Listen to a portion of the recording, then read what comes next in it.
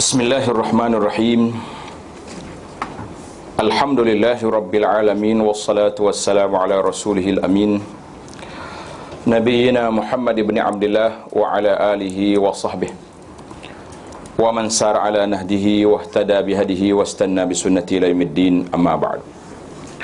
Sambungan pelajaran kita dalam kitab Mukhtasar Minhajul Qasidin, jalan menuju kepada Allah Azza wa Jalla. Kita telah masuk kepada bab yang ke-14. Bab yang ke-14, Kitabul Amri bil Ma'ruf wan Nahyi 'anil Munkar.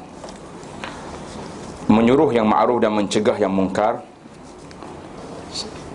Sampai kepada bab Faslun fi sifatil muhtasib.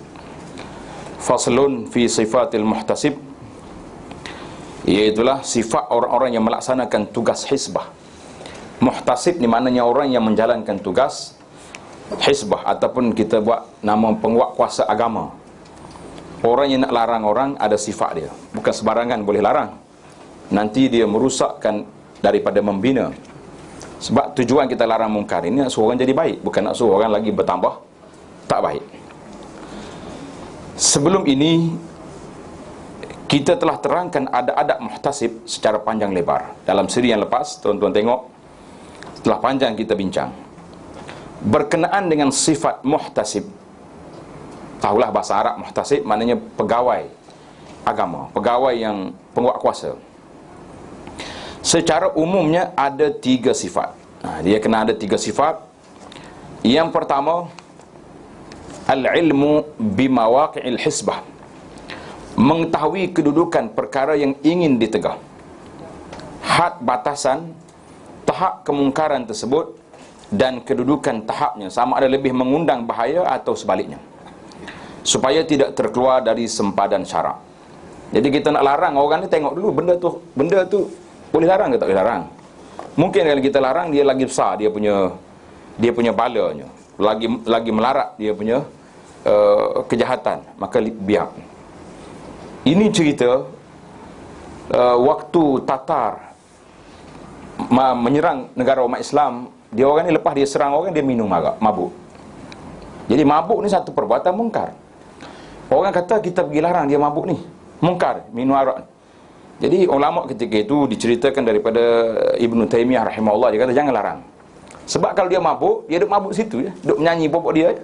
Tapi kalau dia tak mabuk, dia pergi bunuh orang. Jadi mana lebih besar? Mabuk itu mungkar. Tapi kalau dia sedar, dia pergi bunuh orang Islam, lagi itu lagi dahsyat. Jadi kita kena tengok benda yang kita nak larang ni, biar jangan lebih daripada itu. Yang kedua, al-wara'. Wara' ini kerana tanpa sifat wara' dia mungkin mengetahui sesuatu tetapi tidak bertindak kerana tujuan atau kepentingan tertentu. Jadi dia ni ada wara', takut pada Allah Azza wa Jalla. Kadang-kadang kita tahu benda tu mungkar, tapi biar. Istilah orang sekarang ni, benda khilaf syekh. Dia ada syekh belakang tu. Benda khilaf syekh, dia tu tak boleh larang. Habis tak boleh larang. Kalau nak cari benda tak khilaf atas dunia ni, berapa banyak ya ada tak khilaf kan. Baru ni anda dah tunjuk satu makalah yang saya tulis dalam majalah Solusi tentang bukan semua khilaf tak boleh dilarang. Yang ketiga, husnul khuluq, iaitulah berakhlak mulia. Inilah asas utama yang membolehkan dirinya melakukan pencegahan. Apabila kemarahan sampai ke kemuncaknya, ilmu dan kewarakan sahaja tidak mencukupi untuk mengawal kemarahannya itu, selagi mana dia tidak mempunyai akhlak yang mulia. Sebahagian ulama salaf berpendapat bahawa menyuruh perkara ma'ruf tidak mampu dilakukan melainkan dengan bersifat belas kasihan dan berlemah lembut ketika menyuruh dan mencegah, serta memahami hukum perkara yang disuruh dan dicegah. Ini 3 asas kena ada. Ilmu tentang benda yang kita nak larang. Yang kedua, wara' yang menghalang kita daripada pilih-pilih. Tak payah larang ni orang kita, itu dipanggil pilih kasih. Yang ketiga, adab yang baik, akhlak yang mulia ketika kita nak larang. Jadi banyak contoh-contoh kita tengok nanti dalam contoh yang dibuat tentang kemungkaran-kemungkaran yang menjadi sebahagian daripada adat kebiasaan tradisi. Antara adab lagi, wa minal adab taqlilul alaiq. Ini cantik. Di antara adab lagi ialah mengurangkan hubungan dengan orang ramai dan membuang perasaan inginkan budi baik orang lain bagi menghindari dari berlakunya sikap membiarkan kemungkaran dengan tujuan untuk menguntungkan diri. Jadi kita sebagai pendakwah jangan terikat dengan orang. Karena itulah anda tengok sebahagian daripada pendakwah-pendakwah kita ni, pengajar-pengajar ni, dia sanggup pergi rumah orang mengajar Quran, mengajar fardu ain. Tapi anak-anak tuan rumah tu yang belajar depan dia tu tak utuh aurat pun. Mengaji Quran tak utuh aurat. Ini benda ajaib. Kalau tanya kenapa kamu tak tegur dia, nanti dia pecah saya mengajar sini pula. Mengajar sini walaupun 2 kali seminggu 500 contohnya. Itu besar lah. Daripada jadi imam di kampung. Maka ini terikat. Dalam kitab ni Syekh kita bawa satu cerita yang menarik. Diceritakan bahawa seorang ulama salaf mempunyai seekor kucing. Dia ada kucing ni. Dia panggil Sinau. Sinau tu lain daripada Hirah. Hirah tu kucing ini. Sinau ni kucing yang kucing hutan. Setiap hari dia mengambil sedikit daging dari tukang sembelih yang berjiran dengannya untuk diberikan kepada kucingnya itu. Jadi pada suatu hari dia melihat tukang sembelih tersebut telah melakukan satu kemungkaran. Lalu dia masuk ke rumahnya dan menghalau kucingnya itu. Jadi dia oleh kerana dia ni ada minnah, ada orang panggil budi yang dibuat oleh tukang jual daging tadi. Jadi kalau dia ada kenang budi, nak larang mungkar tak boleh. Sebab mungkar budinya duduk di kucing. Maka dia halau kucing itu pergi. Lepas kucing dah selesai masalah, kucing dah lari, baru dia pergi semula jumpa dengan tukang penjual daging. Lalu dia masuk ke rumahnya dan menghalau kucingnya. Kemudian dia pergi berjumpa dengan tukang sembelih tersebut dan mengingkari perbuatan maksiatnya itu. Tukang sembelih itu berkata, dia dibagi amaran, Ustaz, lepas ini aku tak akan beri lagi daging kepada kucingmu walaupun sedikit. Amaran dia, melarang aku ya, aku tak bagi lagi daging ke kucing. Dia pun berkata, Ustaz tu kata apa? Aku bertindak sedemikian setelah menghalau kucingku dan membuang perasaan inginkan budimu itu. Jadi kalau kita nak tegur orang, tak apalah. Dia berhentikan kita kerja ke, dia tak mari tempat kita, kita redha. Yang penting maklumat kita sampai. Jadi sama juga anda tengok hari ni. Kadang-kadang kita rasa sayang di tempat kita kuliah. Tapi berapa lama kita nak sabar tengok orang dok buat benda-benda yang tak baik. Jadi akhirnya kita kena tegur. Teguran ini mungkin menyebabkan itulah kali terakhir kita akan berkuliah di tempat tersebut. Tapi tak semestinya. Boleh jadi selepas daripada itu mereka akan beri lebih lagi menghormati, kerana prinsip ketegasan yang kita tunjuk itu menyatakan yang hak dan mencegah perkara yang batil. Cara ini memang betul. Sekiranya seorang itu tidak membuang perasaan inginkan dua perkara daripada manusia, dia tidak akan mampu mengingkari maksiat yang mereka lakukan. Dua perkara tersebut ialah, yang pertama, budi dan jasa mereka kepadanya. Kita nak tegur orang ni, tak boleh tegur dia ni walaupun macam-macam pun, sebab dia yang support kita, dia yang bagi bantuan kepada kita, menyebabkan kita tak banyak tegur. Satu sikap. Yang kedua, redha dan pujian mereka terhadapnya. Orang duk puji, oh ustaz ni hebat, kita pun pakai duk sengih situ. Orang buat mungkar depan kita pun sabar, macam mana, tak belum sampai masa lagi. Berlemah lembut ketika menyeru kepada yang ma'ruf dan mencegah kemungkaran adalah satu kemestian, kerana ianya sabit dalam firman Allah Ta'ala, faqula lahu qawlan layyinan. Kemudian hendaklah kamu berkata kepadanya. Siapa dia kamu tu? Tulis Nabi Musa dengan Harun.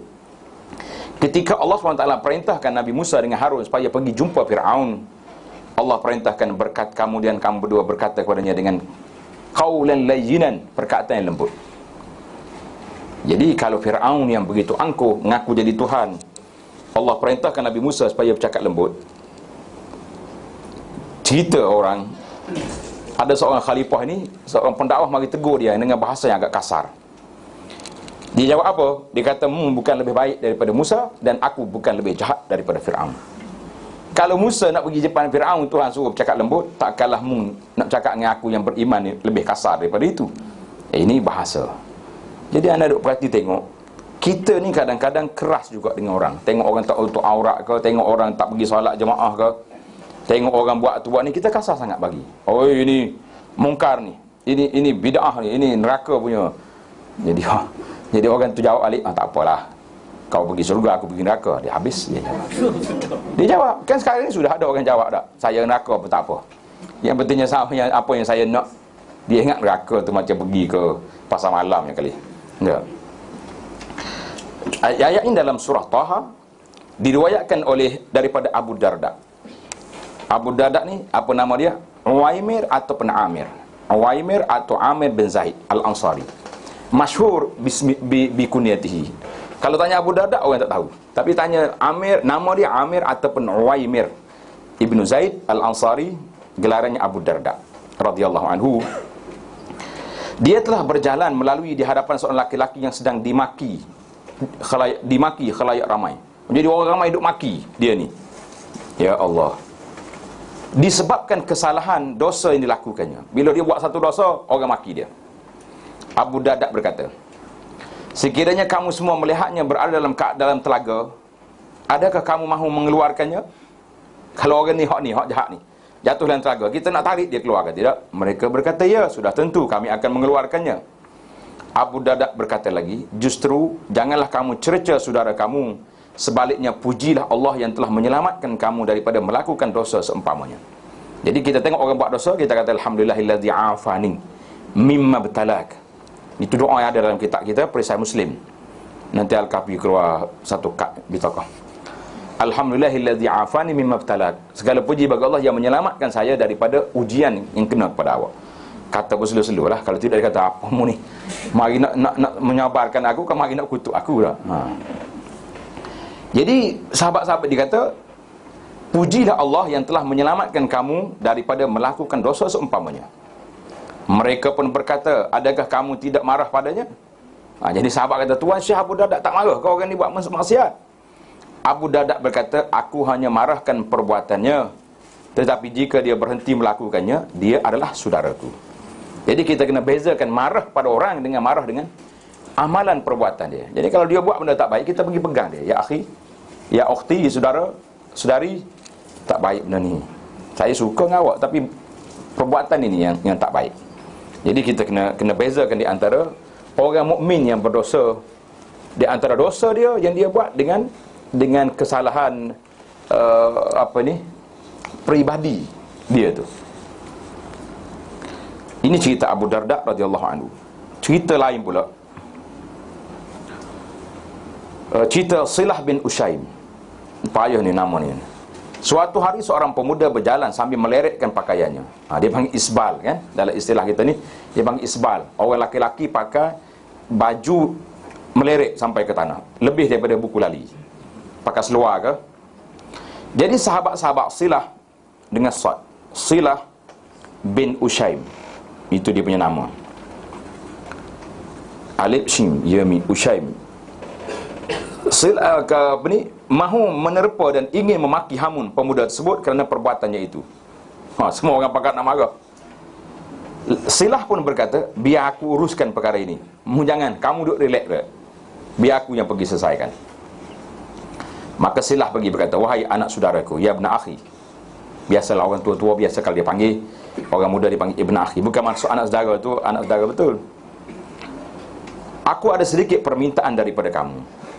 Pemuda kata, nak minta apa, Syekh?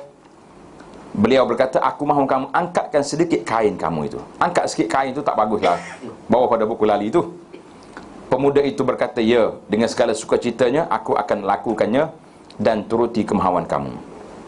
Lalu pemuda tersebut mengangkat kainnya, dan Silah pun berkata kepada para sahabatnya, inilah caranya yang kamu mesti lakukan. Jika kamu maki hamun dan menyakitinya, pasti nanti dia akan maki hamun kamu pula. Jadi kalau kita pergi jerkah dia, agak-agak dijawab ke tidak? Jawab. Tapi kalau kita pergi bisik dengan dia, slow-slow cakap, perlahan-perlahan kan, gosok-gosok dia sikit, insya-Allah dia akan ikut apa yang kita kata. Al-Hasanul Basri, kita ingatlah kalau ada dalam Al-Hasan ada alif lam tu, biasanya dia kait dengan Al-Basri rahimahullahu ta'ala. Pernah dijemput satu majlis perkahwinan. Pergi majlis perkahwinan, kemudian dihidangkan kepadanya manisan. Manisan ini dia panggil manis, mana kuih yang dibuat dari tamar dan minyak sapi. Memang sedap lah. Bahasa Arab dia, nama bahasa Arab dia nya khabis dengan sad. Jangan khabis. Kalau khabis tu sekejap huduh tak baik. Khabis khabasa, khubais.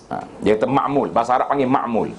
Kalau pergi ke Mekah, tengok dekat, biasa dekat Masjid Haram ni ada kedai bin Daud kan. Masuk dalam tu ada satu kotak ditulis ma'mul. Tulis nama sedap ni, ain mim waw lam. Ma'mul. Memang sedap. Ada tamar dalam dan ada kuih kat luar. Ini bukan saya promosi syarikat apa ni, saja nak perkenalkan. Sebab orang pergi Mekah lah saya bagi hadiah kuih ni, semua makan, ramai orang pakat bawa balik yang kotak-kotak balik. Jadi pos Malaysia pula untung. Mana cerita Hasan. Jadi dapat khubais ni tadi, kuih yang dibuat daripada tamar dengan minyak sapi, yang diletakkan dalam satu bekas yang diperbuat daripada perak. Jadi ingatlah, kita ni sebagai seorang Islam, laki-laki ke perempuan, dilarang daripada menggunakan inat bekas daripada emas dan perak.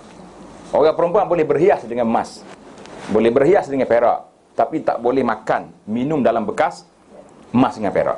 Jadi kalau ada kat rumah tu, pergi jual cepat. Tak boleh, tidak dibenarkan makan dengan minum dalam bekas tersebut. Jadi bila letak kuih dalam bekas, apa nak buat? Kalau kita, ni haram ni, ambil campak je, dah, tong sampah punya. Kalau kita yang tak reti ni lah. Tapi oleh kerana Al-Hasan Al-Basri, seorang ulama, alim, yang faqih dalam bidang ini, dia buat apa? Lalu beliau mengambil bekas tersebut dan membalikkannya ke atas roti. Dia ambil bekas tu, dia ambil roti ada sini, pap, tudung gitu. Kemudian barulah beliau memakannya. Jadi selesailah masalah. Yang roti kuih ma'mul tu tidak haram, yang haramnya bekas. Sekarang ni kita buang kuih tu daripada bekas, tak tepi bekas tu, makan roti itu halal. Ada fiqh tidak sini? Fiqh kalau ambil campak, bekas pun hancur, kuih pun berterabur, kita pun lapar. Habis kena belaka lah kita, rugi lah nak. Jadi kena. Jadi bila dia makan, tengok ini huraian di bawah tu, beliau tidak memakannya terus daripada bekas tersebut kerana makan dengan menggunakan bekas daripada perak dan juga emas adalah haram. Laki-laki dan perempuan sama. Seorang laki-laki berkata, ini adalah perbuatan mencegah secara sopan dan tenang. Jadi hebat cara Hasan Basri ini, sopan dan tenang. Kita pun selalu juga kadang-kadang duduk dengan sahabat-sahabat, orang baik-baik, cakap sedap ni, semangat agama kuat dah, tapi depan dia ada air contohnya, tak ni. Bila nak minum air, dia ambil tangan kiri. Kita apa salahnya kita pegang gelas dia, tukar tak tangan kanan. Oh, dia sendiri, oh sorry, dia tahu minum tangan kiri itu salah, kan? Tapi tangan kanan tu sepatutnya kita minum. Jadi tak payahlah duduk cakap, oi, syaitan ni. Kalau kena syaitan ni, dia selip mata lalu, balik terus dia dah. Pasal dia ni panggil aku mari rumah dia, panggil syaitan pula dah. Ingat dengan cerita saya cerita dulu. Waktu anak saya kecil belajar di Pasti di Madinah dulu. Bila orang haji mari minum air tangan kiri. Dia baru hafal hadis ya ghulam samillah tu.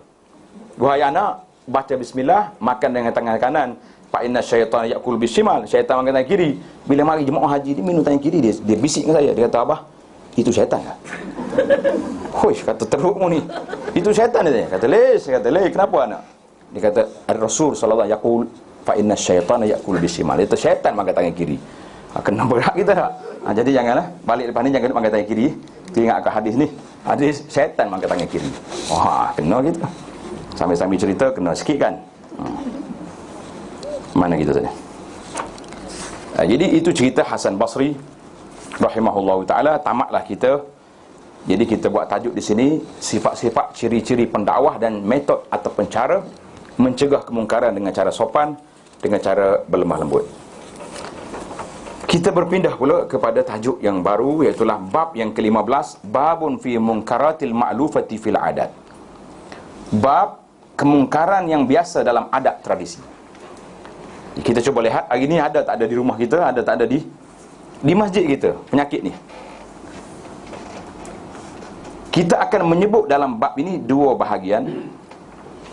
Bahagian yang pertama iaitulah kemungkaran dalam adat tradisi, adat kehidupan kita seharian. Ini dalam kitab ni tahun berapa ni? Kurun ke berapa kitab ni? Kurun yang ke Al-Maqdisi tak mati tahun 689, mana kurun yang ke-7. Jadi hari ini kita duduk di kurun yang ke-15. tentulah saya kena tambah lagi beberapa kemungkaran yang ada di hadapan mata kita, syarah kepada bab ini insya-Allah. Kemudian bahagian yang kedua, wafil inkari 'alal umara'i was salatin, iaitulah menyeru kebaikan dan mencegah kemungkaran terhadap pemerintah dan raja-raja. Jadi bab yang kedua ni agak mencabar sikitlah. Sebab bukan semua orang berani, tapi oleh kerana kita baca kitab, kalau orang nak marah pun kita kata kitab kata, bukan aku. Kan? Jadi kita berselindung di sebalik kitab. Bahagian yang pertama, iaitulah tentang munkaratil ma'lufah fil adat. Kemungkaran yang biasa dalam adat tradisi kehidupan kita ini. Terlalu banyak kemungkaran yang biasa berlaku dalam masyarakat. Secara umumnya di sini dapat dinyatakan beberapa contoh sahaja sebagai petunjuk atau pedoman kepada perkara-perkara lain yang seumpamanya. Yang pertama, munkaratul masajid. Kemungkaran yang berlaku di masjid. Kita mula di masjid dulu. Sebab masjid ni tempat ibadat. Perkara yang banyak dapat dilihat berlaku dalam masjid ialah cuai dalam sembahyang, seperti meninggalkan tumakninah ketika rukuk dan sujud. Zaman dia, Syekh ni tegur di antara kecuaian orangnya, iaitulah meninggalkan tumakninah. Mana laju solat, macam pagu ayam orang panggil tu. Ada tumakninah? Tak ada. Ini perbuatan yang mungkar. Begitu juga dalam perkara yang boleh membatalkan salat, seperti terkena najis di pakaian yang tidak dilihatnya, atau menyimpang dari arah kiblat kerana buta ataupun gelap. Jadi menghadap kiblat tak itu kalu. Zaman tu lah, mungkin zaman tu orang buat senang-senang. Ya, kadang-kadang surau dia tu, dia ambil tanda gitu je, buat atas pasir, solat kat situ. Tak ada masalah apa-apa. Tapi masjid kita ni, kalau tak ada tanda kiblat lagi berat lah. Sebab mihrab kita saja pun harga 2 juta. Ya, mihrab saja baru tu. Dia punya dom kubah tak tahu berapa juta lagi. Itu satu. Saya tambah di sini, perkara yang banyak dilihat hari ini, iaitulah orang masuk dalam masjid tak lakukan salat tahiyatul masjid. Ini mungkar. Menjadi kewajipan kepada kita, bila kita masuk masjid, duduk je dekat pintu masjid. Jangan solat dekat pintu. Itu mungkar juga tu. Sebab apa mungkar? Sebab bila kita solat depan pintu, orang nak masuk, langkah kita tak? Kan Nabi kita larang kan? Nabi kata kalau kamu berdiri 40, rawi kata tak tahulah 40 hari ke 40 tahun, lebih baik daripada kamu melalui lintasi orang sedang solat. Jadi jangan duduk. Jadi kita duduk dekat masjid, macam mana nak engkar mungkar? Tengok orang masuk masjid, peringatkan dia, jangan lupa solat tahiyatul masjid. Jangan lupa. Semalam saya dah bagi nasihat kepada sebahagian daripada imam-imam dan AJK masjid, khususnya di zaman kita ini, orang kahwin dalam akad nikah dalam masjid. Dah jadi satu fenomena trend dah hari ni. Tak pergi akad nikah masjid tu macam tak jadi pula. Nah, walaupun dia tak aja pergi masjid, tapi nak menikah juga dalam masjid. Yang jadi masalahnya, 100 orang datang, rombongan yang nak kahwin. Masuk masjid 100. Tak solat sunat tahiyatul masjid. Pakai duduk depan imam, angkat nikah situ. Lah, ini perbuatan yang tidak baik.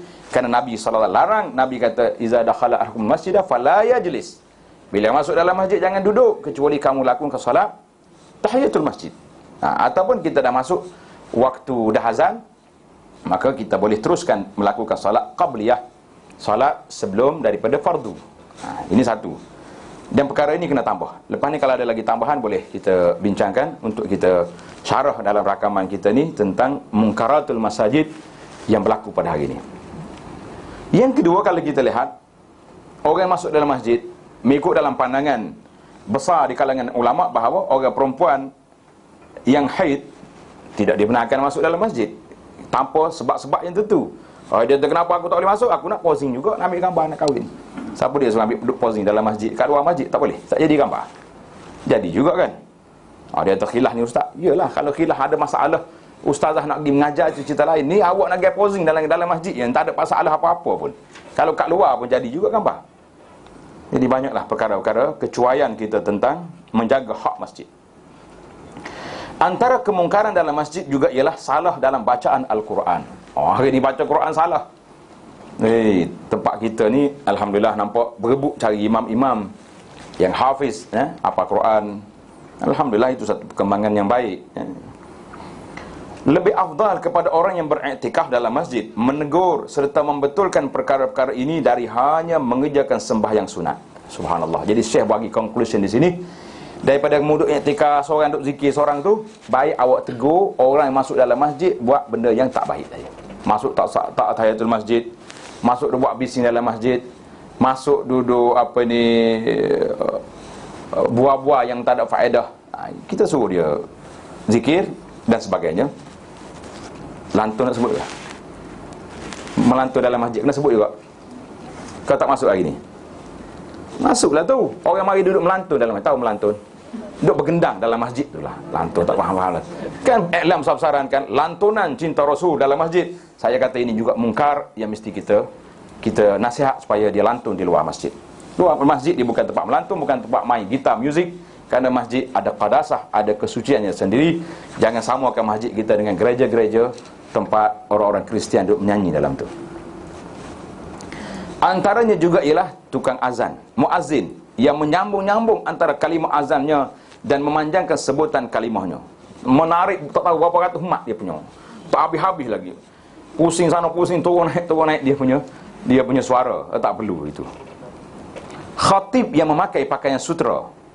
Oh ya, kaya sangat khatib ni. Sampai mereka sutra nak pula. Atau memegang pedang bersaluk emas dengan tangannya. Waktu itulah selama kita ini tongkat je, tak ada apa dah. Khatib duduk bawa cerita pakar benda ni. Tukang-tukang cerita yang bercerita dalam masjid dengan berbohong. Hak ni boleh tahan juga ramainya ni. Kau tak ramai? Ramai hari ni bawa cerita hadis-hadis palsu. Bila mari bulan Rajab ni, Masya Allah, Rajab bulan siapa? Bulan Allah. Syaban bulan Nabi, Ramadan bulan umat. Jadi kenapa pisah-pisah? Adakah Nabi dengan Allah Ta'ala berbeza-beza? Jadi itu satu kepincangan berlaku. Jadi bawa cerita, ya Allah, bulan Rajab ni bulan yang banyak cerita. Menariklah kalau kita dengar, sangat seronok kan. Itu dia panggil hadisul qusas, cerita-cerita yang dibuat oleh para pencerita. Sebahagian daripada cerita tu mungkin lebih kepada penglipu lara ya. Nak suruh orang seronok, orang suka bawa cerita pelik-pelik. Dan perkara-perkara dilarang seperti asyik dan seronok berbual panjang dalam masalah-masalah yang boleh menimbulkan fitnah dan sebagainya.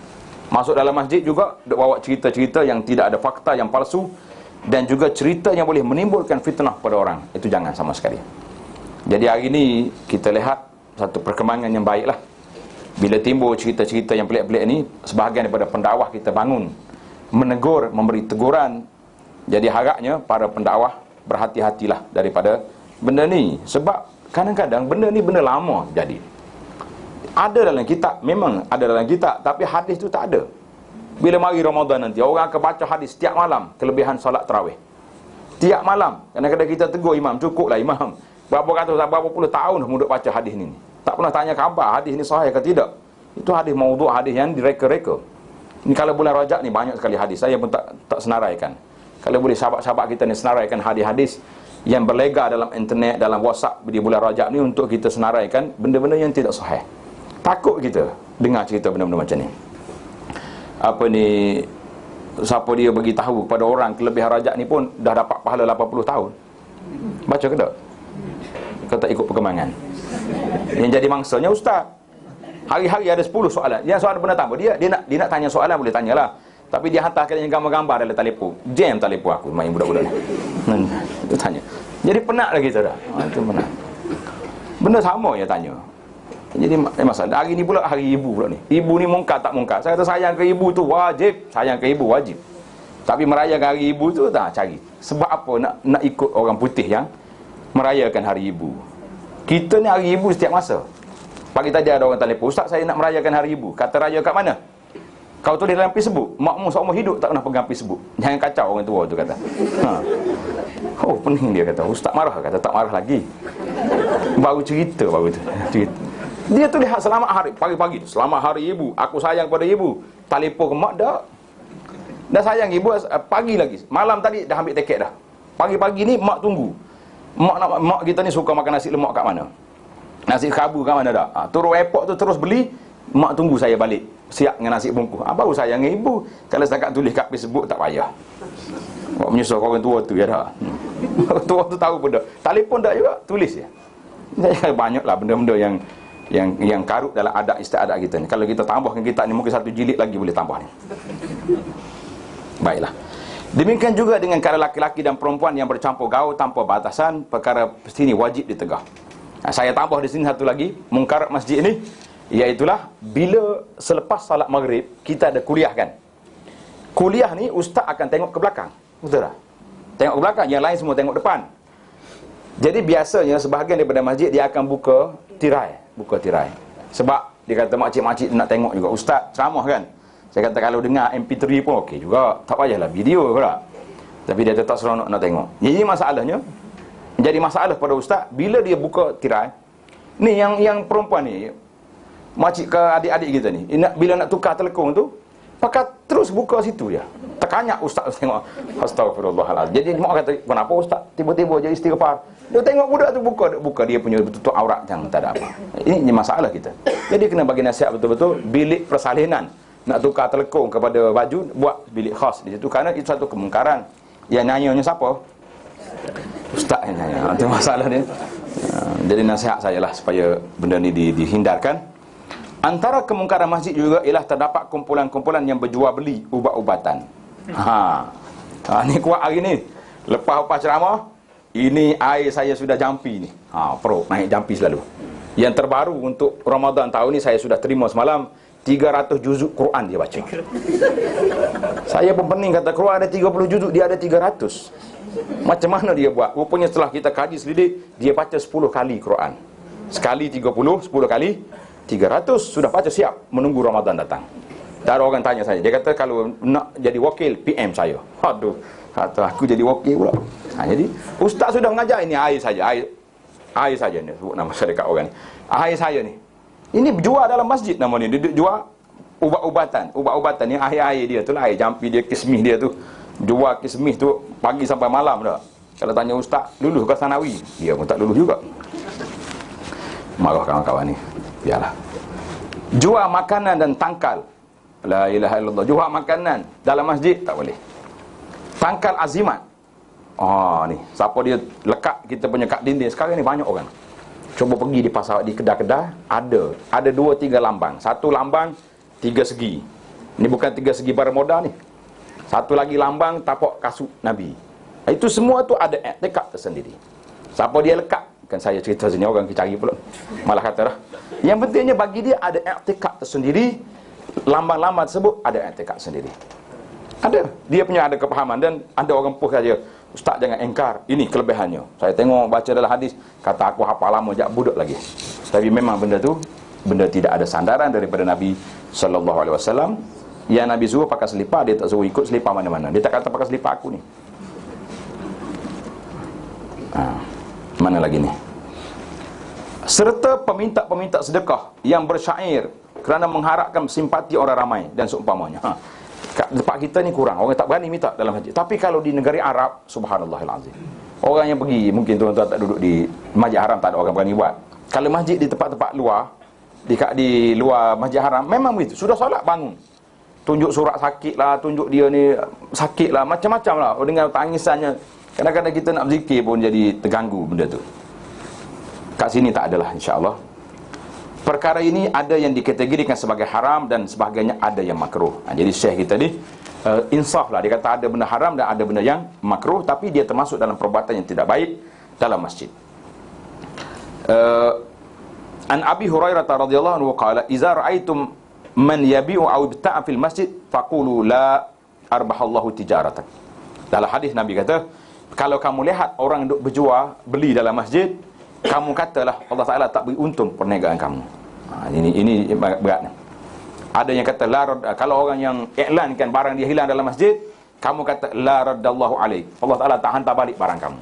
Jadi larangan ini di antara makruh dengan haram, duduk di situ. Kalau kita kata tidak haram pun makruh, mana perbuatan yang tidak baik dalam masjid, kerana masjid bukan tempat iklan barang-barang hilang. Masjid bukan tempat iklan perniagaan. Maka iklan di kedai kita ada tempat dia tersendiri. Jangan kita duk ambil kawasan yang tidak dibenarkan. Yang kedua, kemungkaran di pasar. Munkaratul al-aswaq. Munkaratu al-aswaq. Antaranya ialah berdusta tentang untung yang dia akan dapat, sedangkan dia sepatutnya tidak perlu diberitahu. Jadi kalau kita minta, kuranglah sikit, wallahi saya dah beli dah RM100. Siapa dia suruh kau sumpah? Saya kalau orang sumpah, saya anak marah lalu. Kata bila aku suruh kau sumpah? Cakap je, pakcik, abang, tidak boleh, saya nak jual banyak ni. Awak nak beli, alhamdulillah. Kalau tak nak beli, nak macam mana? Tak ada rezeki saya. Cakap baik macam tu. Ini tak payah sumpah ni. Wallahi saya dah beli. Allahu Akbar. Murahnya nama Tuhan. Nak untung RM2 sanggup jual nama Allah Azza wa Jalla. Dan menyembunyikan kecacatan suatu barang jualan. Kalau kita tanya apa baik benda ni? Garanti. Hebat ni. Barang yang paling laris sekali. Walau hanya satu kotak pun tak jual lagi bulan tu. Tapi paling laris sekali. Sesiapa yang berkata, aku beli barang ini dengan harga 10 dirham dan mendapat untung 1 dirham saja bila aku menjualnya, sedangkan dia berbohong, maka dia adalah seorang yang fasik. Maksudnya pembohong, fasik jadi orang. Tak payah cerita siapa dia pun, tak ada hak untuk kita tanya berapa modal awak beli. Cakap dia nak jual berapa sudah. Sesiapa yang mengetahui perkara tersebut, dia wajib memberitahunya kepada pembeli yang lain. Jadi kalau kita tahu kedai ni bohong, wajib kita kena beritahu orang lain. Jangan masuk kedai itu, memang tipu.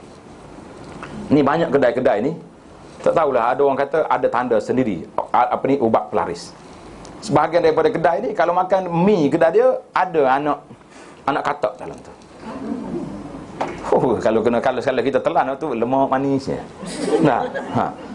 Tapi ada dalam penyelidikan dia buat, itu bukan benda lompat masuk tu.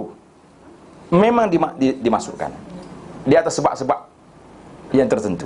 Tapi kalau dapat yang tu, saya ingat awet muda kita. Memang ada kawan-kawan kita kena. Allahu Akbar. Ingat baik-baik. Kalau tengok kedai ni macam ni, bagi tahu pada tak usah masuklah kedai ni. Tak usah masuk. Kedai ni kotor dan ada unsur-unsur yang agak tidak selesa. Sesiapa yang mengetahui perkara tersebut, dia wajib memberitahunya kepada pembeli yang lain. Sekiranya dia mendiamkan diri kerana meraihkan penjual, dia telah bersubahat dan mengkhianati pembeli tersebut. Ingat, jangan duduk main pantun, tak boleh jaga tepi kaya orang. Ini mungkar, maksiat. Kenapa kita tak nak bagi tahu pada orang? Demikian juga, kalau dia mengetahui kecacatan sesuatu barang, dia mesti menerangkannya kepada pembeli.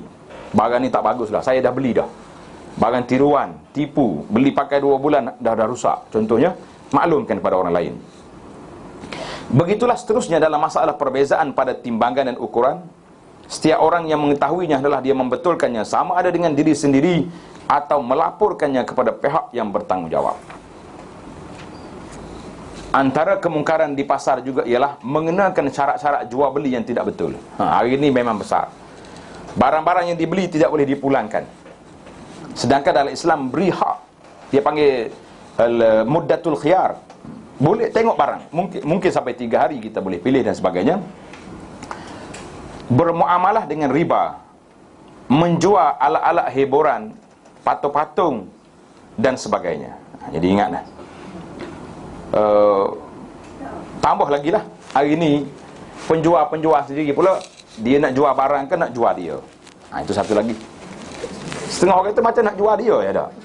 Dia punya pakaian lebih hak daripada la ilaha illallah. Hari ini dalam kedai-kedai ni, butik muslimah, tapi dalam kedai dia beratus patung ada. Patung-patung yang dibuat bentuk manusia ini, satu kes yang cukup berat.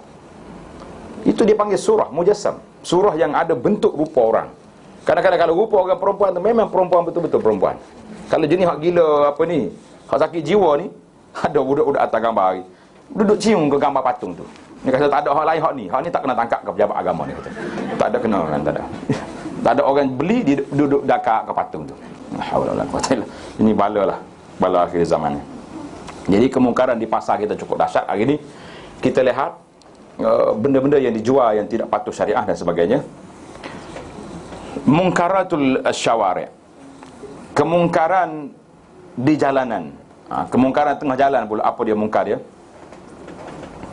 Antara kemungkaran yang berlaku di jalan ialah membina kedai-kedai dalam keadaan bersambung dengan bangunan-bangunan yang dimiliki oleh orang lain, dan juga koridor yang terjolok keluar dari bangunan asal. Maknanya bangunan kedai kita macam ni, kita pergi tambah lagi ke depan tanpa keizinan.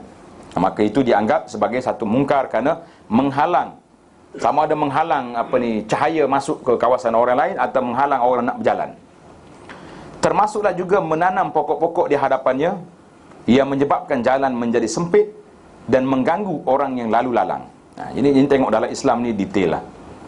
Walau bagaimanapun dibenarkan meletak kayu api atau bahan makanan di tepi jalan dalam tempoh tertentu sementara dibawa masuk ke dalam rumah, kerana semua orang perlu berbuat demikian. Manakala setakat kita letak sekejap nak turunkan barang, itu dibenarkan. Hari ini kalau kita nak tengok, tak tahulah, mungkin pandangan saya silap. Ini sebahagian daripada pihak berkuasa tempatan ni membenarkan pasar-pasar malam, pasar pagi ni, kenapa dia buat di atas jalan raya? Siapa tutup jalan? Jalan raya ni untuk orang berjalan, bukan untuk orang berjual. Awak nak jual boleh, buatlah tengah padang yang tidak mengganggu orang lain. Itu satu kes yang berlaku. Kadang-kadang jam teruk kita, 1,5 jam nak lepas tempat ni. Nak ceramah pun hampir-hampir terlepas dah. Itu yang marah sangat tu. Terlepas. Sampai-sampai dekat tu, pasar malam rupanya. Tengok, ini mengganggu lalu lintas. Bukan semua orang nak pergi pasar malam. Ada orang yang nak musafir yang agak jarak jauh. Tapi gangguan yang dibuat ini memang menghalang kelancaran perjalanan orang lain. Antaranya juga ialah menambak binatang,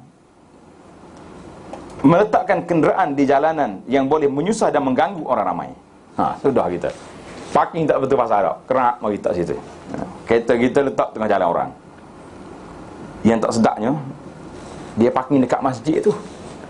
Pergi lambat kan, orang dah solat dah, terak dia letak depan kereta orang, belakang kereta orang. Lepas solat fardu, solat sunat lagi, zikir lagi. Orang lain datang awal, kelang kabut nak pergi ke lain pula. Yang kamu duk zikir buat apa dalam masjid tu? Lepas solat fardu, bangun zikir atas kereta. Tengok orang nak keluar masuk. Itu adab, etika. Ini dipanggil kemungkaran jalanan. Kecuali sekadar tempoh tentunya perlu angkutan turun naik, sekejap bolehlah kita kata. Antara kemungkarannya juga ialah meletakkan beban yang tidak mampu dibawa oleh binatang tunggangan. Letak kau dia punya muatan lebih daripada had. Macam orang sewa kereta hari ni, dia sewa kereta kancil. Pelajar-pelajar kita ni, kadang-kadang dia naik sampai 7-8 orang. Mana kalau kancil tu boleh bercakap lah. Taubat, dia kata aku tak mau dah, dia terbagi sewa dengan mu ni. Buat naik budak-budak sampai dalam belakang bonet masuk lagi. Begitu juga membuat sampah sarap di jalan-jalan. Jangan, ni sudah makan dah air ke apa dia, buka tingkap bagi. Ini semua satu perbuatan yang tidak baik. Menyelerakkan kulit-kulit tembikai atau mencurahkan air yang boleh menyebabkan orang tergelincir dan membentuk lopak-lopak di jalanan. Jadi semua perbuatan yang tidak baik. Sekiranya ia berpunca dari air hujan, pihak berkuasa perlu menanganinya. Orang awam yang melihat keadaan ini perlu melaporkannya. Tengok kita dalam tengah jalan kita ada tempat pecah, jalan yang tak baik, maka kita kena beritahu pada pihak berkuasa tempatan supaya mereka membaikinya. Jangan duk marah tu pasal dah.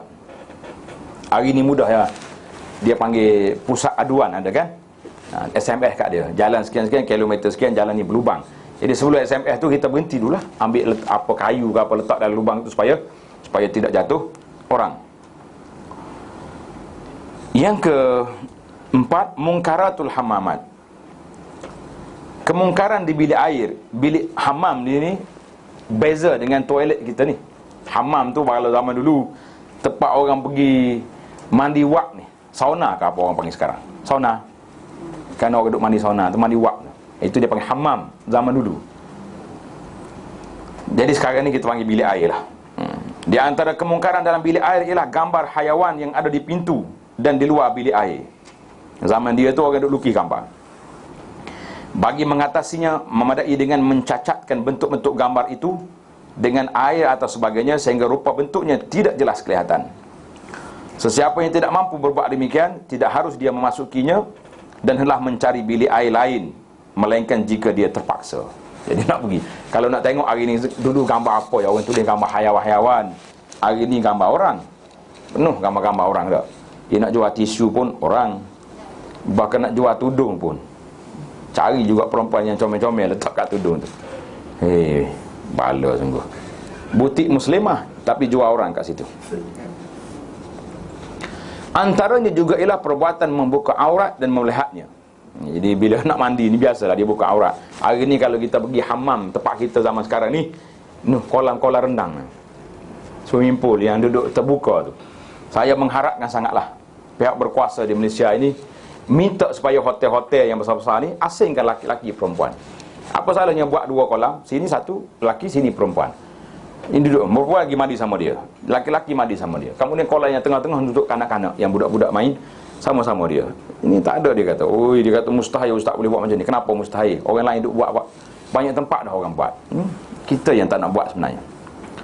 Ada juga orang komplain. Dah, tak usah pergi mandi dah. Subhanallahil azim. Orang duk bincang nak mandi, tak usah mandi pula dah. Fikir apa macam ni? Ini fikiran tidak positif. Kita berfikir supaya orang boleh mandi, tetapi dalam skop yang diizinkan oleh syarak. Jangan duk mikir kolot sangat kat kita ni. Nak meretah, nak mentadbir negara, tapi mikir macam tu berat. Begitulah juga dengan apa yang dilakukan oleh tukang gosok. Tukang apa ni? Tukang gosok orang mandi tu. Ataupun tukang-tukang urut ni. Iaitulah membuka bahagian paha dan anggota di bawah pusat orang yang digosok dengan tujuan membersihkan kotoran ataupun menyentuh auratnya. Antara kemungkarannya juga ialah perbuatan mencelupkan tangan dan bekas yang bernajis ke dalam air yang sedikit. Kalau air sikit, jadi kotor lah kan, dalam ikut fiqh Syafi'i.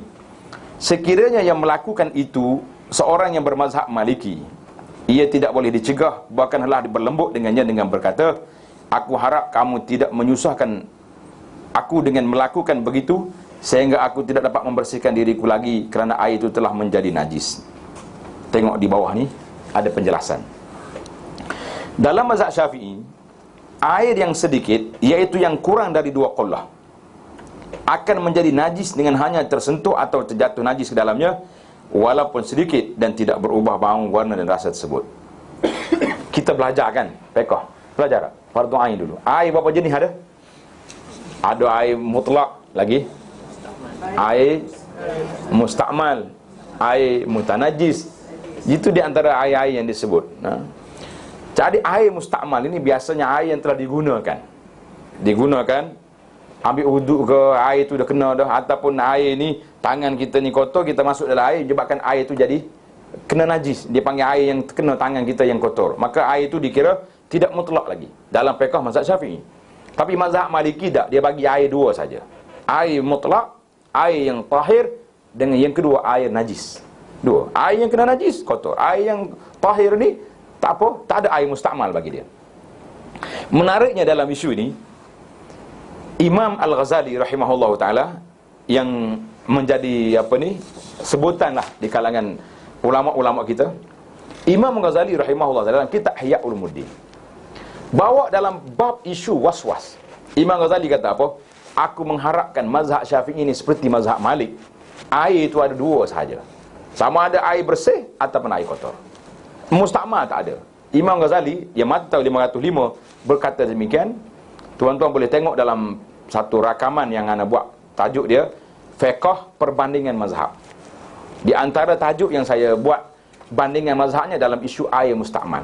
Sebab tempat kita ni agak terlalu teliti sangat, yang menyebabkan boleh membawa kepada was-was. Orang jadi was-was. Ambil wuduk slow sikit, kena baju aku ni jadi mustakmal, jadi kena air mustakmal, tak boleh buat solat dah. Jadi terlalu orang panggil teliti sangat, yang akhirnya kata Imam Al-Ghazali boleh membawa kepada was-was. Sebab satu dia sebut perbandingan fiqh Syafi'i dengan Maliki dalam masalah. Tulis Maliki ada 2 air saja, tahir, suci, najis. Tak ada dah mustakmal, tak ada bagi dia. Jadi kita mengharapkan tajuk ini diperbahaskan oleh ulama-ulama kita di sini berdasarkan kepada pandangan Imam Al-Ghazali dalam kitab Ihya Ulumuddin yang menyebut tentang pembahagian air. Munkaratud dhiyafah. Kemungkaran bertamu pula. Kita dhiyafah, kita terima orang tadi tetamu, apa dia mungkar dia? Antaranya ialah membentangkan hamparan sutera untuk lelaki-laki. Jadi orang lelaki-laki tak boleh pakai sutera. Membakar kemian dalam bekas bakaran yang diperbuat daripada perak ataupun emas. Minum dengan menggunakan gelas emas atau perak, atau memenuhkan air mawar dalam bekas yang diperbuat daripada salah satu ragam tersebut. Jadi masih lagi, bagi dia orang itu masih lagi menggunakan bekas-bekas ini menjadi satu agenda zaman dulu. Zaman sekarang ni tak ada lagi orang minum dalam bekas emas dengan perak. Kalau ada bekas pinggan rumah kita emas dengan perak, jawab dia hanya lama dah kena pecah rumah orang. Tak. Pasal tu orang semua guna. Jadi kalau ada mah ngepek, oh kaya dia ni kena ambil curi orang lah. Begitu juga menggantung langsir yang mengandungi gambar-gambar tertentu. Ni yang ingat ni. Gambar ni dalam bentuk lukisan, sama ada bentuk orang ataupun bentuk hayawan. Mendengar penyanyi-penyanyi perempuan dan alunan-alunan muzik seperti gitar serta wanita-wanita yang melihat kepada pemuda-pemuda yang dibimbangi boleh menimbulkan fitnah pada mereka. Jadi ulama-ulama di kalangan ini mengambil kira bahawa mendengar muzik dan nyanyian itu benda yang haram. Jadi ulama-ulama zaman moden hari ni tak mahu terima pandangan ini. Dia kata muzik ni perkara khilaf, kerana ada khilaf di kalangan ulama. Maka saya mengatakan kalau benda tu khilaf, kita keluar daripada khilaf, itu yang terbaik. Tak payahlah duk pasal muzik, pasal lagu. Kita dengar, baca-baca Quran. Kalau nak dengar juga lagu-lagu, ambillah lagu-lagu nasyid yang baik-baik kata-katanya, yang tidak ada muzik-muzik. Kerana ulama fiqh dalam 4 mazhab ini besar perbahasan isu dalam masalah ini. Kita akan baca nanti di akhir bab. Tak tahulah bila nak baca ni. Akhir bab ni, tengok dalam muka surat akhir sekali. Tuan-tuan boleh baca sendirilah sebelum sampai ni, kerana terlalu lambat lagi masa kita. Muka surat 280 cetakan ini, 280. Ataupun tengok dalam YouTube satu rakaman khas yang saya buat tentang hukum mendengar muzik dan nyanyian daripada kitab ini. Kitab ni sudah ada dalam YouTube. Baiklah. Jadi bila kita nak ambil tetamu datang ke rumah, panggil penyanyi-penyanyi ataupun pasang lagu-lagu, wanita-wanita pula duk tengok pada pemuda-pemuda yang dibimbangi boleh menimbulkan fitnah pada mereka. Semua ini merupakan perkara mungkar yang wajib ditegah. Sesiapa yang tidak mampu melakukannya adalah keluar dari masjid tersebut. Jadi kalau kita pergi, Allah kuatnya lagu dugaan-gerugang, macam tu kata tim buruk kat rumah ni, kita jumpa dengan tua dia, Assalamualaikum, saya balik makan dulu. Tak apalah, tempat lain banyak lagi kan. Kalau kita nak larang tak boleh. Pasal itulah setengah-setengah orang ni bila tengok ustaz yang memegang pandangan yang mengatakan muzik haram ni, dia tengok jauh lagi, ustaz tu mari. Awal-awal dia berlari pergi dekat DJ tu, tutup ustaz tu mari. Jadi alhamdulillah juga ada juga penghormatan. Kalau tidak, tak makan orang tua tu, balik sajalah. Gambar-gambar yang dilukis pada bantal dan hamparan tidak menjadi kesalahan. Maknanya bantal sebab kita duduk atas dia, hamparan ni kita pijak dia. Begitu juga dibolehkan permaidani sutera dan memakai perhiasan emas bagi perempuan. Orang perempuan boleh guna benda ni. Ya. Anda ingat cerita sutera ni waktu pergi ke China, ke Beijing. Kan salah satu daripada agenda lawatan Beijing ni mesti kena pergi ke kilang sutera. Ramai dah pergi kan. Jadi bila pergi, dia panggil budak-budak perempuan penjual tu pandai cakap Melayu dia. Tuan-tuan ada mai sini. Dia kata orang Malaysia banyak beli ni kain cadar sutera ni. Kata sudah dah lah. Saya tanya dia, laki-laki ke perempuan? Semua beli. Jadi kalau beli kain cadar sutera, bawa balik ke rumah dia, takkanlah dia nak pakai sebelah katil untuk bini dia tidur atas sutera, suami duduk sini. Macam mana nak buat? Itu jadi masalah. Jadi artinya masyarakat kita ni memang tak tahu apa sutera tu haram ke halal, masih lagi menggunakan. Jadi kalau kita pergi rumah orang, tengok cantik dia punya kain, ini sutera ke tak ni? Ada sutera juga, sutera tiruan campur dengan plastik, itu tak ada masalah. Sutera yang ambil daripada kas, ambil daripada ulat tu. Ulat dia tu semua jadi tu. Dia tunjuk saja tempat, tunjuk ini tahi ulat, dia kata. Kita buat bantal, kata mana ada tahi ulat macam tu. Dia kata ini macam-macam lah dia punya kelebihan tu. Pergi sendirilah kalau nak tengok kan. Tapi jangan beli untuk, kalau ada suami jangan beli. Suami nak tidur kat mana? Ini kait apa ni, cadar ni sutera. Jadi isteri tidur sebelah, suami dia kena duduk tempat lain lah. Ambil kain lain pula campur atas tu. Jangan duduk main lah benda-benda macam tu. Saya tanya siasat dah, kata laki ke perempuan beli? Dia tu semua ada. Laki-laki pun beli, perempuan beli. Jadi masalah. Ada lagi cerita panjang, tapi saya tak nak cerita sini hari ni. Cerita sutera ni lain kali lah kan. Nak dengar lepas ni boleh.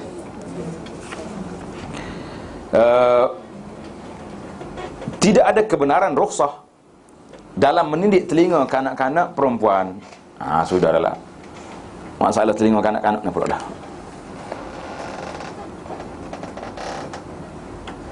La rukhsata fi taskibi azani as-sabiyyah li ajli ta'liqi hilaq az-zahab. Kita tebuk telinga ni kerana nak pakai subang ni, anting-anting. fa inna zalika jurh mu'lim la yajuz. Tengok dalam huraian di bawah ni, nota kaki dia kata apa? Ibnu Qayyim telah menekalkan dalam kitab Tuhfatul Maudud pandangan daripada Imam Ahmad yang mengharuskan berbuat demikian dengan dinyatakan dalil-dalilnya. Mana benda ni ada khilaf dalam masalah tebuk telinga ni. Jadi memanglah menyakitkan tak boleh, tapi para ulama mengatakan sakit tu kuatkan sikit. Kadang-kadang budak kecil pun sekali dia tembak tap tu, tak sampai setengah minit pun tak. Kau tak ingat dah lama dah tebuk ni. Tak ingat dah. Sekejap je. Jadi itu dia kata tidaklah sama mereka muslah ni maknanya kita koyotkan telinga dia. Jalan pandangnya dia sini, tidak ada kebenaran Rasul dalam mendidik telinga kanak-kanak perempuan semata-mata untuk membolehkannya memakai subang emas, karena ialah satu kecederaan yang menyakitkan. Cukuplah sekadar memakai rantai dan gelang tangan saja. Mengupah orang yang melakukannya juga tidak sah, dan upah yang diambil itu adalah haram. Kerah juga syekh kita ni. Jadi benda ni kita sebut, Ibnu Qayyim sebut dalam Tuhfatul Maudud tentang hukum kanak-kanak, bi ahkamil maulud. Kitab ni bagus beli, Tuhfatul Maudud nama dia, bi ahkamil maulud. Hadiah kepada ibu-ibu yang apa ni, yang dihukum tentang kanak-kanak. Antara kemungkaran dalam majlis bertamu ialah juga apabila terdapat ahli bid'ah yang bercakap berkenaan dengan ajaran bid'ahnya. Mana dalam majlis ni dia bawa mari penglipu lara duk cerita benda-benda yang pelik-pelik, ajaran sesak ke, apa benda ke, duk kempen orang supaya pergi ke telaga contohnya lah. Telaga pula sebut juga telaga ni. Ada orang pergi rumah, dia tanya, "Ustaz, apa benda cerita telaga ni?" Telaga lah yang masyhur ni. Anak saya jawab, kecil lah anak. Dia kata, "Telaga apa?" "Telaga tu tak tahu." Dia kata, "Kalau telaga biru ya dia tahu."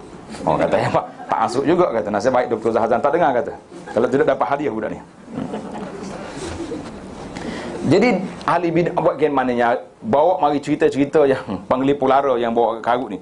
Dia kata di sini, wa min zalika ma yuhdisuna bi ahdis mawdu'ah batilah. Bawa mari cerita-cerita hadis-hadis yang palsu, cerita-cerita yang tak ada faedahnya, maka ini tak payahlah kita duduk di situ.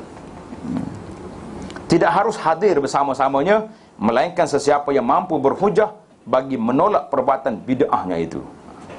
Sekiranya ahli bid'ah tersebut tidak bercakap berkenaan bid'ahnya, dibolehkan hadir bersamanya dengan menunjukkan reaksi benci dan tidak setuju terhadapnya. Jadi tak apalah, kalau dia mari saja nak makan sama dengan kita juga, tak payahlah kita duduk lari. Duduklah. Tapi tak tahan hari ni, zaman fitnah hari ni, kalau duduk sebelah orang ni, orang snap, ambil gambar, trek. Dia kata, "Tengok ustaz tu berlembut dengan ni." Allahu akbar. Bukan berlembut, tak kalau duduk sebelah kita nak lari kan. Jadi janganlah ambil satu sikap yang kita tak tahu cerita, kita ulas melalui gambar-gambar yang ada depan kita. Gambar tu betul tak tahu. Mungkin gambar yang telah dikerak, yang gambar yang telah diedit. Tidak dibenarkan juga menghadiri majlis yang mengandungi lawak jenaka berkenaan perkara maksiat dan bohong. Dia panggil tukar-tukar lawak yang bohong macam ni, jangan pergi. Bahkan hendaklah dia mencegahnya. Sekiranya lawak jenaka tersebut tiada unsur maksiat dan pembohongan, dia dibenarkan hadir selama mana tidak terdapat unsur-unsur tersebut. Jadi kalau setakat yang cerita-cerita nakal sikit-sikit bolehlah. Kalau tidak, orang panggil beku pula majlis tak. Tak sunyi sangat ni. Cerita nakal setakat mana kita kata tadi, cerita apa ni yang tidak mengandungi unsur lucah ataupun menghina orang, itu kaedah dia. Menjadikan lawak jenaka ini sebagai satu jenis pekerjaan adalah satu kebiasaan dilarang. Di kita ni bukan sekat lawak biasa ni, raja lawak pun ada. Malaysia ni semua raja ada tak? Raja lawak ada, raja bomoh ada, raja apa lagi ni, macam-macam raja ada. Yang terakhir dalam bab kita ni, al-munkaratu al-ammah, kemungkaran yang umum. Apa dia mungkar umum ni? Sesiapa yang meyakini berlakunya suatu kemungkaran di pasar, sama ada secara berterusan atau pada masa-masa tertentu, dan dia mampu mencegahnya, atau dia mampu mencegah, orang ni ada kemampuan untuk mencegah, dia tidak harus duduk berdiamkan diri di rumahnya sahaja tanpa melakukan apa-apa tindakan. Dia adalah keluar ke pasar untuk mencegahnya. Begitu juga apabila dia yakin mampu mengubah walaupun sebahagian sahaja dari kemungkaran itu. Jadi bagi orang yang punya kemampuan untuk mengubah kemungkaran, maka tak boleh dia berdiam diri. La yadurukum man dhalla idza tadaitum, di awal kitab kita baca dulu, salah tafsiran yang kita katakan tidak beri mudarat pada kamu kalau kamu dapat hidayah, orang lain sesat. Tak. Maka wajib kita kena bagi tegur, nasihat dan sebagainya. Jadi hari ini cara nak menegur berbagai-bagai cara. Mungkin kita boleh SMS kat dia, mungkin kita boleh macam-macam alat yang ada. Cuma uslub nak tegur orang ni, tengok, kalau kesalahan peribadi, maka tak ada hak untuk kita nak lambung kes ini depan orang ramai. Contoh jadi salah seorang dia je, kita ambil gambar dia, kita edit sini, letak di Facebook untuk diketahui, dibaca oleh berjuta orang. Itu satu kesalahan. Kalau kesalahan peribadi, kita kena tegur cara peribadi. Tapi kalau kesalahan tu kesalahan umum, dia cerita benda yang palsu, contohnya ustaz ni bawa hadis palsu, kan, maka menjadi kewajipan pada kita menegur, beritahu pada masyarakat hadis ini palsu, kecuali dia tarik balik. Dia sendiri tarik balik, maka bolehlah kita terima. Orang Islam adalah membaiki diri bermula dari diri sendiri, iaitu dengan cara beristiqamah dalam melaksanakan segala perintah dan meninggalkan larangan. Kemudian dia mengajarkannya pula kepada ahli keluarga, sahabat handai, jiran tetangga dan juga masyarakat setempat, sehingga ke seluruh pelosok negeri dan dunia. Apabila tanggungjawab mencegah kemungkaran telah dilaksanakan oleh orang yang hampir dengan kemungkaran tersebut, kewajipan tersebut gugur kepada orang yang lebih jauh darinya. Mana kalau mungkar ni dalam tempat ni, ustaz tempatan ni telah pun melaksanakan tugas, maka kita duduk jauh tengok, tak ada lagi. Dia panggil fardu kifayah dalam masalah ini. Sekiranya orang yang terdekat tidak dapat melaksanakannya, maka setiap orang yang mampu mencegahnya wajib keluar untuk melaksanakan tanggungjawab tersebut. Jadi tamatlah perbincangan kita tentang munkaratu al-adatil ma'lufah, mungkar-mungkar, benda-benda mungkar yang berlaku dalam adat kebiasaan masyarakat. Jadi insya-Allah kita akan sambung lagi dalam al-faslus tsani fi amril umara'i was salatin bil ma'ruf wa nahyihim anil munkar, menyeru kebaikan dan mencegah kemungkaran terhadap pemerintah dan raja-raja. InsyaAllah kita akan sambung dalam CD yang akan datang.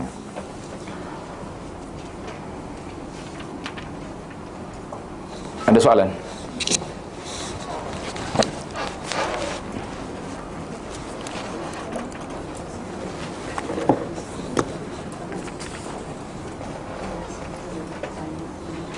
Apa hukum hadir majlis perkahwinan yang ada maksiat seperti bersanding? Contoh itu majlis ahli keluarga dan kita tak mampu mencegahnya. Jawabnya kita pergi sekadar makan saja, tapi jangan pergi duduk posing dekat tempat orang duduk bersanding tu lah. Sekarang ni kita kena tengoklah dia bersanding dalam bentuk mana.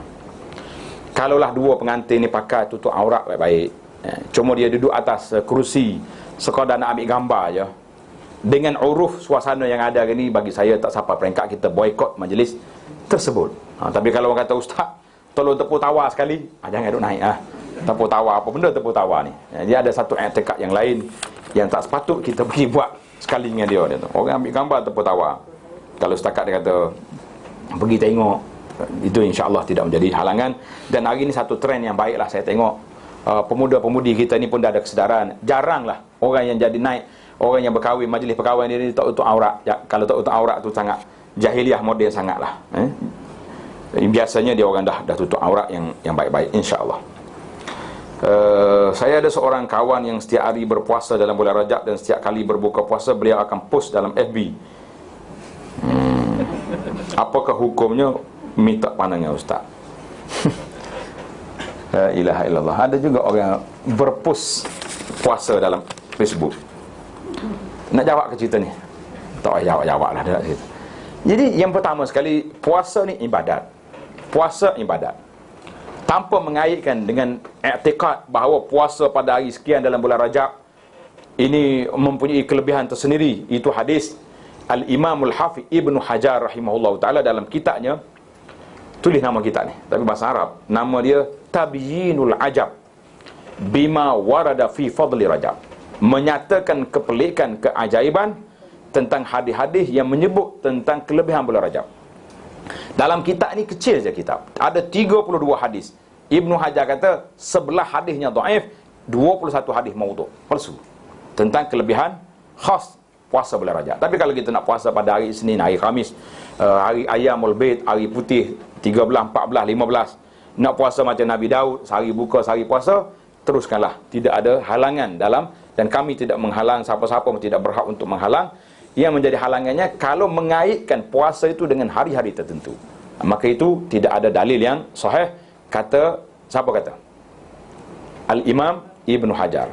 Kalau Abu Anas kata, awak reject ya. Siapa awak? Jawabnya gitu. Tapi kalau Ibn Hajar kata, takkanlah awak nak reject. Tak. Kalau setakat kita baca hadis pun tergagak-gagak, Ibn Hajar kata tak nak terima pula dah. Penat kita. Tapi dalam masalah, saya nasihatlah kepada orang yang beribadat, tak payahlah masuk dalam Facebook, kerana malaikat telah bertugas bagi pihak kita. Tak cukup lagi dengan malaikat bertugas. Kiraman katibin, malaikat dah tulis. Kita puasa dia tulis, kita buka puasa dia tulis, kita salat dia tulis. Jadi tak payah ber-FB dalam bab ibadat. Kerana ibadat ini perlu pada ikhlas. Oh, saya ikhlas nak menggalakkan orang lain, tak payahlah ikhlas. Nak galak orang lain boleh. Awak nak galak siapa? Siapa dengar kata awak? Cuma kalau kita, contohnya puasa pada hari Isnin, memang hadis sahih, serupa Nabi menggalakkan. Jadi kita ni orang yang ada pengaruh nak menggalakkan, boleh. Esok hari Isnin, mari kita sama-sama berpuasa. Fadal, tak ada masalah. Tapi jangan kata orang yang pertama berpuasa saya, tak payahlah. Ini bulan Ramadan ni bala besar lagi ni. Setiap kali dia khatam Quran, hari ni dah khatam kali pertama. 3 hari lagi khatam kali yang kedua. Hari ini lebih baik dari semalam. Dia punya istilah. Ini semua ni merusakkan pahala amalan. Ada satu buku, baca buku ni tajuk dia perkara-perkara yang merusakkan amalan. Perkara-perkara yang merusakkan, meruntuhkan amalan. Ini kena baca buku ni, cantik untuk kita tengok apa benda yang boleh merusakkan amalan kita. Ini ada soalan tadi sudah.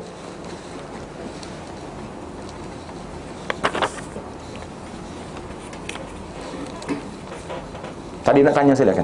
Ya. Dalam walimah tu kalau ada muzik boleh tak ada ke? Muzik ni kita nak kata macam mana? Ramai ulama-ulama dalam fiqh empat mazhab mengatakan benda tu haram. Yang lain-lain kata khilaf. Jadi kita ambil lah lorong tengah yang sederhana. Kita tidak lari daripada majlis, tapi kita tidak buat benda tu. Itu jalan yang terbaik lah. Nak kelahi dengan ustaz-ustaz lain pun tak larat dah saya ni. Bila saya tegur buat muzik, semua hentam kat bawah tu, beratus tulis. Dia copy paste fatwa kan tu, fatwa ni. Saya kata semua fatwa yang copy tu, saya ada yang ori dalam bahasa Arab di rumah saya.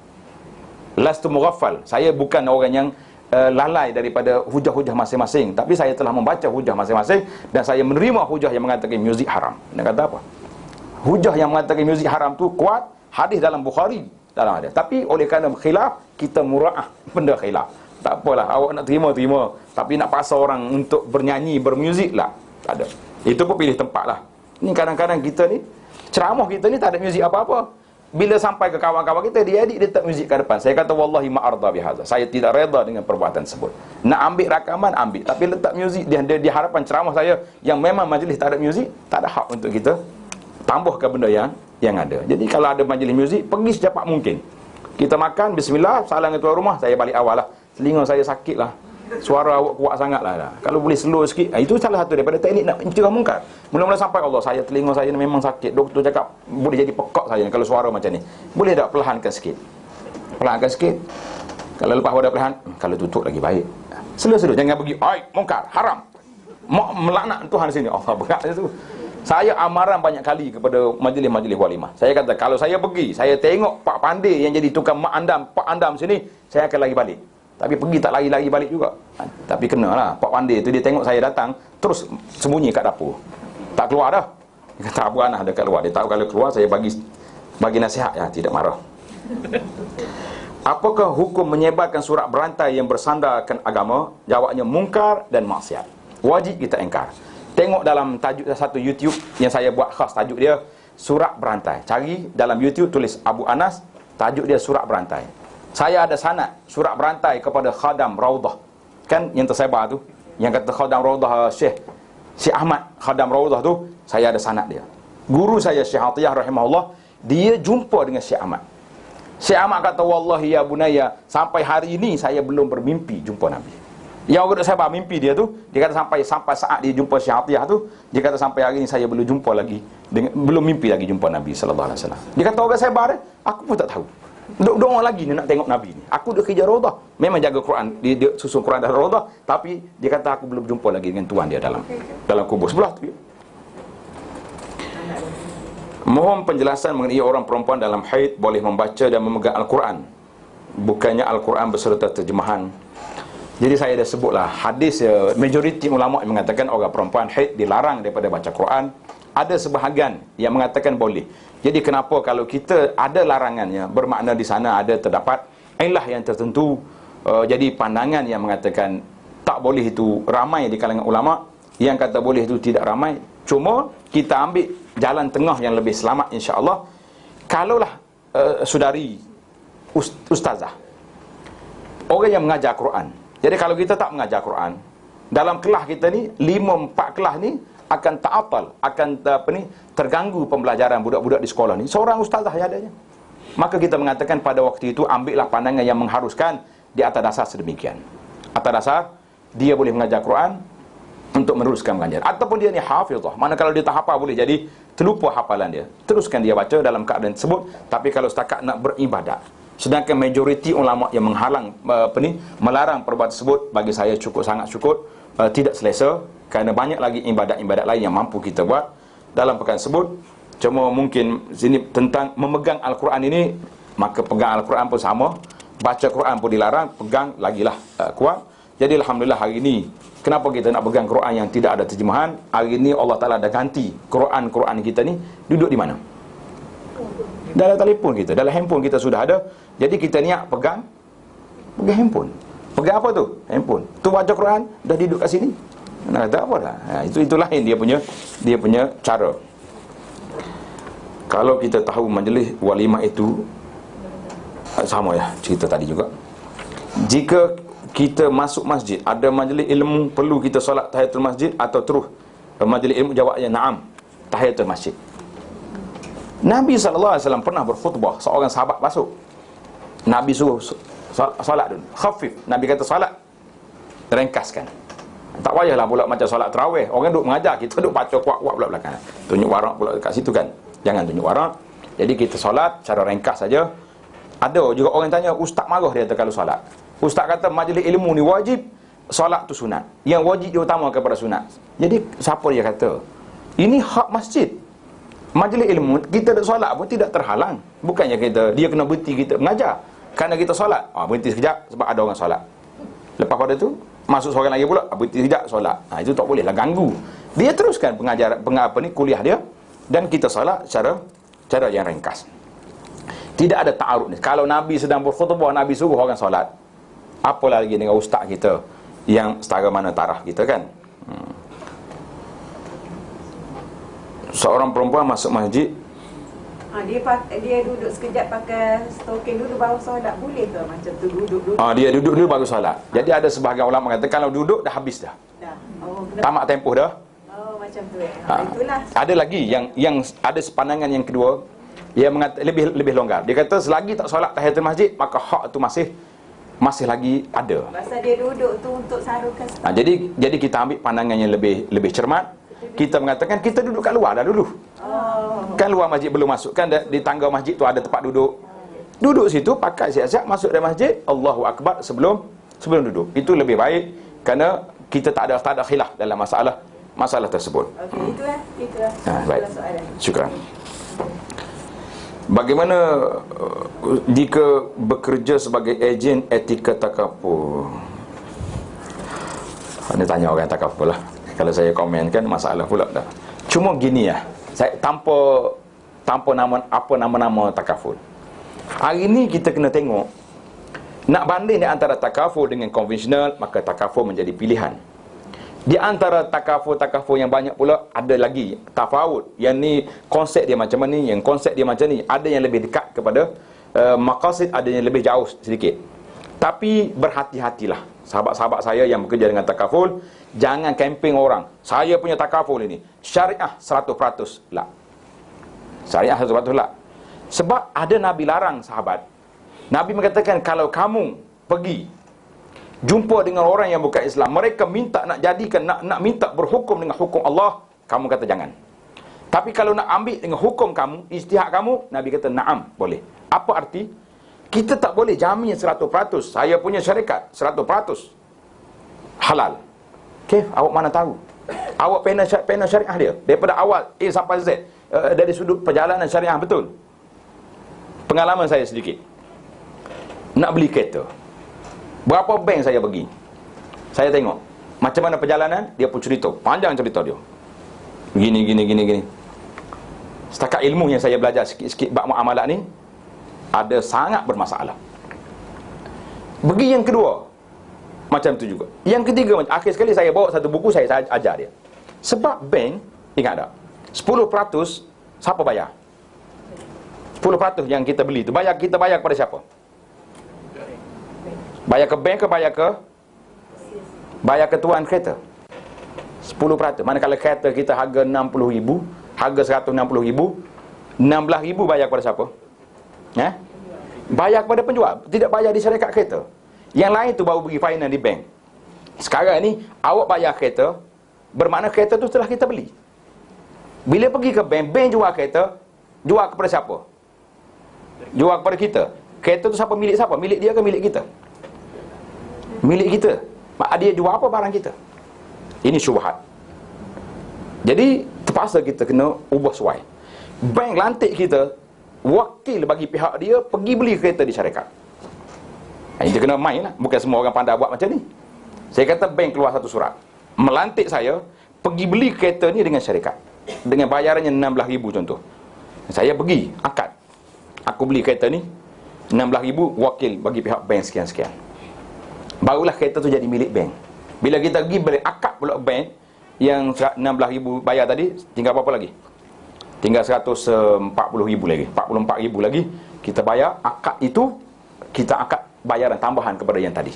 Yang tadi tu kita wakil bagi pihak dia. Tapi kalau kita pergi beli, saya beli kereta ni, mana hak saya?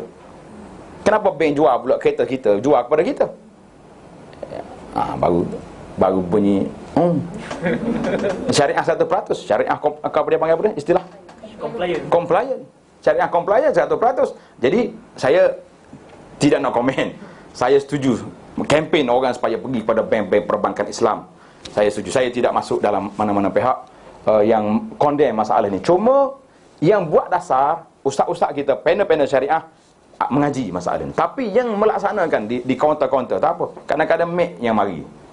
Ustaz mau beli kereta, ini baik, dia nak panggil baik pun tak reti. Dia main baik begitu je. Baik pun ke bahasa Arab. Baik dia jadi. Kata makcik ni nak jual kereta aku pula dah. Kok syariah comply apa benda?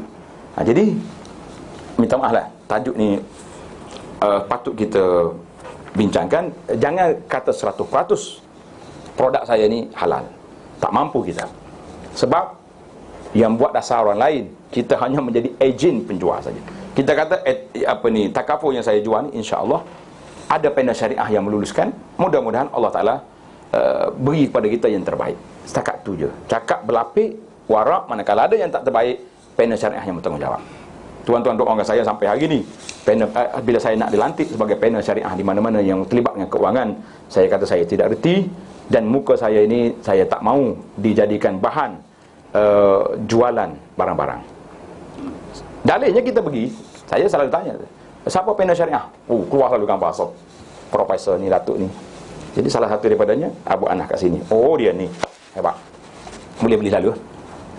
Kita yang buat dasar ke atas, yang buat menjalankan tugas di bawah ni tak tahu siapa. Wallahu alam. Ada lagi. Apakah hukum perempuan yang hendak menebuk hidung untuk tujuan perhiasan seperti yang dilakukan oleh wanita-wanita India? Kita kata India itu uruf dia, uruf masyarakat dia. Dia Melayu ni tak salah jadi India. Cukup dengan yang khilaf, yang tebuk telinga tadi pun Ibn Jauzi kata haram perbuatan tersebut. Kita nak tebuk hidung nak pula dah. Macam-macam penyakit dunia hari ni. Jangan nak tebuk hidung lah, buat susah ya. Kadang-kadang luka hidung suami dia pula. Orang tak pandai, orang India dia pandai. Jangan main-main. Dia punya ada teknik tersendiri. Jangan kacau kita. Jadi habis dah kan? Ya. Kita download Al-Quran dalam handphone. Ya. Misalnya kalau kita drive handphone kita letak handbag bawah kaki. Sebab kan sekarang kalau kita letak sebelah tu nanti orang Bahaya kan? So macam mana? Dia isu handphone al-mushaf Quran dalam handphone ni, kita anggap dia ni sebagai satu bayangan yang tak nampak. Sebabnya Dia ada, tapi tak ada. Betul tak? Quran adalah handphone, tapi tak ada. Dalil tak ada. Kalau awak ambil handphone ni, belah, jumpa Quran dalam tu tak? Tak ada. Jumpa tak ada? Tak ada jumpa. Maka oleh kerana tidak ada, maka kita mengatakan dia ni satu bayangan saja di sini. Cuma waktu kita nak letak dalam beg kita tu, kita tutuplah. Janganlah duduk kat skrin tu ada ayat. Tutup. Macam nak masuk tandas juga. Bila masuk tandas, kita tutup dia punya skrin yang ada tanda Quran. Biar keluar tanda nama syarikat telefon sudah kat situ. Macam kita juga. Quran ada tak dalam kita ni? Ada. Paling tidak qul huwallahu ahad. Al-Fatihah ada tak? Nak dengar satu cerita ni gurau, tapi kalau nak dengar saya cerita, tapi jangan marah ni. Ada seorang ustaz ni, bukan ustaz lah, dia orang biasa. Dia pergi kahwin dengan seorang perempuan yang hafal Quran, hafizah. Jadi ustaz ni pun bergurau, macam mana kamu nak pegang isteri kamu? Kena pegang ni, dia ada Quran dalam tubuh dia. Jadi kena pegang, kena ada air semayang, kena ada wuduk baru boleh pegang dia. Saya tersilap saja. Kalau macam ni berat kena wuduk 24 jam. Kalau tidak nak pegang, macam mana pegang Quran tu? Sudah dia terkanyak juga dia. Dia kata, kata berat ustaz ni. Habis semua orang yang hafizah kena. Memang itulah cerita dia. Yang berat pada tu lagi ada lagi lah. Saya nak cerita pun takut tuan-tuan kata ustaz pun mengaku juga. Dia kata macam mana kalau kamu nak bersama dengan isteri? Takkan nak ada Quran. Jadi akhir sekali dia pening kepala ustaz ni bagi solusi lah. Dia kata, anggaplah kalau kita beli Quran besar dengan Quran kecil. Boleh tidak Quran kecil duduk atas Quran besar? Tak jadi masalah kan? Jadi oleh kerana bini awak hafal 30 juzuk, mu hafal 2-3 surah kecil, jadi kira awak ni yang kecil, Quran kecil tu duduk sekali yang Quran besar, jadi tak apa, sama-sama Quran ada. Jadi selesai masalah itu. Cerita ni tak payah rakam lah kita. Pasal satu keluar cerita ni tadi. Habislah kita setakat tu dulu. Ada lagi soalan? Banyak lagi pula dah. Adakah rukhsah tabarruj bagi majlis kahwin?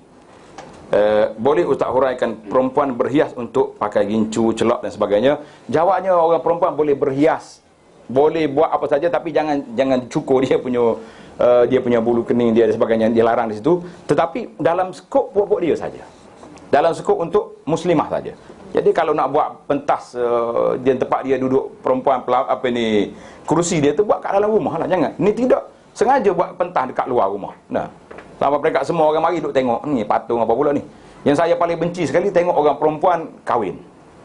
Bukan sebab saya tak kahwin dua, bukan itu sebabnya waktu tak kahwin cantik pula dia, comel, nampak rupa apa orang panggil lemah lembut ya. Tapi kalau kahwin macam anak patung dia punya bentuk rupa. Ini yang tak kahwin lagi tak usahlah cari tukar-tukar make up yang melampau sangat. Biasa-biasa saja. Dia cak sana sini, Allahu Akbar. Kadang-kadang tengok ini siapa ni? Kita tanya. Macam banyak hidup berjalan dia punya bentuk tu huduh, memang huduh. Kena yang pondang pula pakai melampau lah. Jadi berhias tidak menjadi halangan dalam kumpulan dia. Dalam kumpulan wanita, tapi jangan buat benda yang dilarang oleh syarak, macam cukur bulu dan sebagainya. Itu tidak boleh. Jadi saya rasa setakat itu saja yang dapat kita bincangkan. Dan majlis kita oleh kerana bulan depan ni bulan Syaban, dan saya rasa kita akan jumpa lagi in ahyan Allah, kalau Allah Ta'ala hidupkan kita ni selepas hari raya nantilah. Jadi ini majlis terakhir sebelum Ramadan, kerana bulan depan tu bulan cuti sekolah. Biasa cuti sekolah ni Yayasan Taklim bercuti juga dia. Jadi akan dia cuti, kita pun cuti. Jadi hari cuti tak ada, maka kita jumpa lain kali. Jadi kalau nak tengok perkembangan hidup kuliah-kuliah saya dalam YouTube, Abu Anas Madani boleh ambil di situ, insya-Allah. Subhanakallahumma hamdika asyhadu an la ilaha illa anta astaghfiruka wa atubu ilaik. Wa sallallahu ala nabiyyina Muhammad wa ala alihi wa sahbihi ajma'in. Walhamdulillahirabbil alamin.